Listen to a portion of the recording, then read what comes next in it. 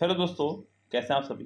Friends, तैयारियां चल रही हैं आपकी आजकल जोरों शोरों पर। एग्ज़ाम्स आपके नज़दीक आ चुके हैं। स्टेनो जो सबसे बड़ा एग्ज़ाम आप लोगों के लिए, सीजीएल, सीपीओ, ये 3 एग्ज़ाम आपके जो इसी साल में होने हैं। दोस्तों, इंग्लिश को लेकर के आप लोग अतिरिक्त चिंतित रहते हैं और होना भी चाहिए, क्योंकि इन तीनों एग्ज़ाम्स में आपका इंग्लिश का बोलबाला रहने वाला है। अगर बात करूँ स्टेनो एग्ज़ाम की, तो यहाँ पर भी इंग्लिश आपकी 100 मार्क्स की रहती है। सीपीओ एग्ज़ाम्स में आपकी 250 मार्क्स की, और सीजीएल एग्ज़ाम में भी आपकी 250 मार्क्स की इंग्लिश रहने वाली है। तो यहाँ पर आपका लगभग 50% काम केवल इंग्लिश से हो रहा हो, तो इंग्लिश को लेकर के चिंतित क्यों ना हो। बच्चों, इंग्लिश आपको पता है कि एक भाषा है, लैंग्वेज है, और इसको एक दिन में इम्प्रूव नहीं किया जा सकता है। लेकिन अगर इम्प्रूव कर लिया जाए तो आपसे कंपटीशन करने वालों की संख्या अपने आप कम हो जाती है। उसी को बेहतर करने के लिए हम लोग लगातार आपके लिए वीडियो बनाते रहते हैं। ग्रामर रूल्स का वीडियो मैंने आपके लिए बनाया है और कंटिन्यू बहुत सारी वीडियो हम लोग आपको प्रोवाइड करा रहे हैं। दोस्तों, आज की इस वीडियो में हम लोग बात करने वाले हैं कि अगर जिनका ग्रामर स्ट्रॉन्ग है, प्रैक्टिस के लिए वो किस बुक का इस्तेमाल करें, किरण या फिर एमबी। कौन सी बुक ज़्यादा बेहतर है जिनका बेसिक ग्रामर मजबूत है। देखिए दोस्तों, ये दोनों ही बुक्स आपकी अपने अपने जहाँ काम करती हैं, लेकिन आपको कौन सी बुक करनी चाहिए, कौन सी नहीं, या फिर कौन सी पहले करनी चाहिए, कौन सी बाद में, इस बारे में हम लोग आज चर्चा करने आए हैं। क्योंकि दोस्तों, जब बात इतनी बड़ी हो, इम्पोर्टेंट हो, जहाँ 50% ग्रामर आ रही हो, तो वहाँ ज़रूरी है कि इंग्लिश को इम्प्रूव किया जाए। ओके दोस्तों, चलिए हम लोग ज़रा विस्तार समझते हैं पूरी बात को, एक एक बात समझ करके। दोस्तों, सबसे पहले समझिएगा, देखिए, अगर आप लोगों का बेसिक ग्रामर मजबूत है तो बार बार, सबसे पहले बच्चों बता दूं मैं आपको, केवल ग्रामर ग्रामर यानी कि फाउंडेशन बैच बार बार ना करते रहिए। यस, बहुत सारे यूट्यूब चैनल पर मैं देखता हूं कि सिर्फ फाउंडेशन बैच पर ही ज़्यादा फोकस बना कर रखते हैं, लेकिन नहीं, इसके बाद आप लोगों को प्रैक्टिस करना होगा, और वो भी सिर्फ प्रीवियस ईयर क्वेश्चंस का। देखिए, एग्जाम में सिर्फ वही कामयाब होगा जो प्रीवियस ईयर क्वेश्चंस करके जा रहा है, वो भी लगभग कम से कम 10 साल से ऊपर के, तभी आप जाकर के सफलता गेन कर सकते हैं, अन्यथा नहीं। अब दोस्तों, अगर मैं बात करूं सबसे पहले किरण बुक की, तो किरण बुक में क्या खास है पहले मैं आपको बता दूं। देखिए दोस्तों, किरण बुक ने क्या किया, अपने सभी चैप्टर्स को, जो भी चैप्टर्स आपके इंग्लिश के आते हैं, common error, sentence improvement, fill in the blanks, इधर से vocab, syno, anto, idioms, reading portion में क्लोज टेस्ट, आरसी, पीक्यूआरएस और वॉइस और स्पीच।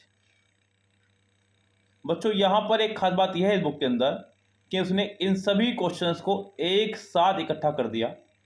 इससे एक बहुत बड़ा फ़ायदा ये होता है कि आप लोगों को एक जैसा पोर्शन कई बार करने को मिलता है। लाइक अगर मैं इन तीनों टॉपिक की बात करूँ, common error, sentence improvement, fill in the blanks, तो लगभग 1200 सेंटेंस तीनों टॉपिक के अलग अलग हैं। इसी तरह से यहाँ पर भी लगभग 1,000 वोकैबुलरी तीनों के लगभग हैं। इसी तरह से यहाँ पर भी बच्चों लगभग 1,000 से ऊपर क्वेश्चंस, 1500 क्वेश्चंस इन सब के हैं। वॉइस और स्पीच के हालात भी यही हैं। जब आप एक जैसे क्वेश्चंस 1,000 कर लेंगे, तो मैं नहीं मानता कि यहाँ पर आपके किसी भी प्रकार से ग्रामर में कोई प्रॉब्लम आने वाली है। तो यहाँ पर किरण का ये बहुत बड़ा फ़ायदा है, यह बुक आपके स्कोर को बहुत तेज़ी से इंक्रीज करती है। अगर आपके घर पर 50, 60 कुछ इस तरह के मार्क्स आ रहे हैं, तो आप लोग किरण को करके अपने स्कोर को बहुत तेज़ी से इंप्रूव कर सकते हैं। 80 प्लस 85 तक आप अपने मार्क्स ले सकते हैं। लेकिन अगर इससे ऊपर आपको मार्क्स पहुँचाने हैं अपने अगर अबव 80 या 85 पहुँचाने हैं, तो यहाँ पर आपका किरण नहीं, फिर आपका साथ देगी एमबी। अब आप अपना लेवल चेक कीजिएगा, आप कौन से लेवल पर खड़े हुए हैं। फिर आपके लिए बेहतर रहने वाली है एमबी, क्योंकि बच्चों एमबी में आपको सेट वाइज दिया गया है, पूरा का पूरा एसएससी के जो भी पेपर आपके हुए हैं वो सेट वाइज आपका पब्लिश हुआ है। जैसे कि इसमें जो पेपर छपे हुए हैं सीएचएसएल के, ज़्यादातर सीजीएल के, सीपीओ के और स्टेनो के। देखिए, इस बात से कोई फ़र्क नहीं पड़ता है कि आप किस एग्ज़ाम की तैयारी कर रहे हैं, या जिस एग्ज़ाम की तैयारी करें तो आप उसी एग्ज़ाम के सिर्फ प्रीवियस ईयर शुरू करेंगे। एसएससी ने जो भी एग्ज़ाम आपके लिए लिए हैं आप उन सभी एग्ज़ाम्स पर अपना पूरा फोकस रखें। एसएससी अपने किसी भी एग्ज़ाम से कोई भी क्वेश्चन उठा करके आपके सामने रख सकता है। तो बच्चों यहाँ पर जब आप पूरा सेट करते हैं तो कभी 2 क्वेश्चन सिनोनिम्स के, 2 क्वेश्चन एंटोनिम्स के, कॉमन एरर के, वोकैबुलरी के, क्लोज टेस्ट के, यहाँ आपका मिक्सअप पोर्शन रहता है। इस मिक्सअप को करने से आपके बच्चों एक तो जो माइंड है वो सेट होगा, क्योंकि अभी तक आप लोग एक जैसे क्वेश्चन कर रहे थे तो आपका माइंड उस तरह सेट था, लेकिन यहाँ पर आपको माइंड सेट करना है अब पूरे पेपर के लिए। दूसरी बात, आप एक टाइम बाउंडेशन में बंधे, वहाँ पर कोई टाइम बाउंडेशन नहीं थी, यहाँ पर एक टाइम बाउंडेशन है आपके पास में कि मुझे ये पोर्शन अपना 1 घंटे में ही करना है। ये आपके लिए बहुत फ़ायदेमंद रहेगा।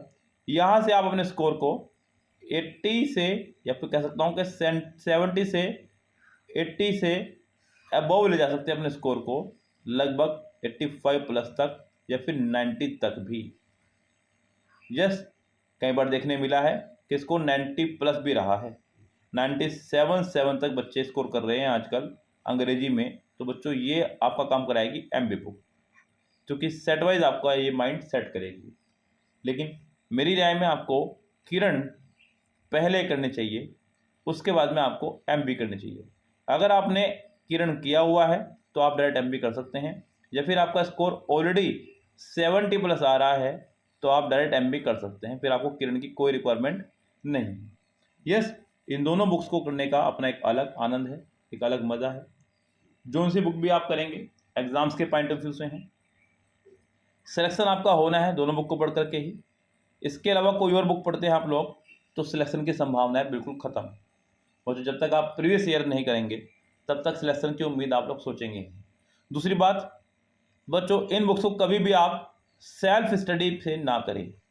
सेल्फ स्टडी का अब दौर गया। अगर आप सोच रहे हैं कि मैं इसको सेल्फ स्टडीज करता हूँ तो आप लोगों का सिलेक्शन तो होगा, लेकिन लेट। बहुत सारे बच्चों को ये बात बुरी लग सकती है, लेकिन बच्चों जो सत्य है वो सत्य है। आजकल मैं देखता हूँ बहुत सारे बच्चे लाइब्रेरी ज्वाइन करके या फिर कुछ इस तरह से ज्वाइन करके अपना सेल्फ स्टडी करते हैं ग्रुप बना करके, लेकिन दोस्तों इसका कोई लाभ आपको नहीं मिलने वाला है। एग्ज़ाम होने के बाद आपको पछताना पड़े, उसका कोई फ़ायदा नहीं। आप 2 नंबर से, 1 नंबर से, 4 नंबर से रह जाए, इसका कोई फ़ायदा नहीं। देखिए, सेल्फ स्टडी से ये बुक्स आपकी होनी ही नहीं है, सही बात तो ये है, क्योंकि आप एक रूटीन आप नहीं बना पाएंगे। जहां आपको डाउट आएगा वो आप क्लियर नहीं कर पाएंगे। बुक में जितना लिखा है आप सिर्फ उतना ही सीख पाएंगे, आप एक्स्ट्रा कुछ भी नहीं कर पाएंगे। यस दोस्तों, टीचर्स के साथ अगर आप पढ़ेंगे, चाहे वो ऑनलाइन हो चाहे ऑफलाइन, वो एक बेहतरीन तरीका है। ऐसा मैं इसलिए नहीं कह रहा हूँ क्योंकि मैं ऑनलाइन पढ़ाता हूँ तो मैं इसलिए बोल रहा हूँ, ऐसा इसलिए बोल रहा हूँ क्योंकि मैं आपको एज ए टीचर नहीं, एज अ गाइड मैं आपको गाइड कर रहा हूँ। सो एक अच्छी प्लानिंग के साथ में काम करें। आज के दौर में वही कामयाब है जो हिरण के बच्चे की तरह अपनी निगाह रखे, यानी कि चारों तरफ अपनी निगाह रखे, सेल्फ स्टडी पे भी रखे, कोचिंग पे भी रखे, एमबी पे भी रखे, किरण पे भी रखे, चारों तरफ निगाह बना कर रखे, क्योंकि एग्ज़ाम होने के बाद में हमें ज़रा भी पछताना ना पड़े। ओके दोस्तों, सो फिलहाल चलते हैं, लेते हैं आपसे विदा। ऐसी और शानदार वीडियोज़ के लिए आप लोग चैनल को सब्सक्राइब करके बेल आइकन प्रेस कर लीजिएगा, जिससे कि आपको आने वाले वीडियोज़ के नोटिफिकेशन घर बैठे मिलते रहे।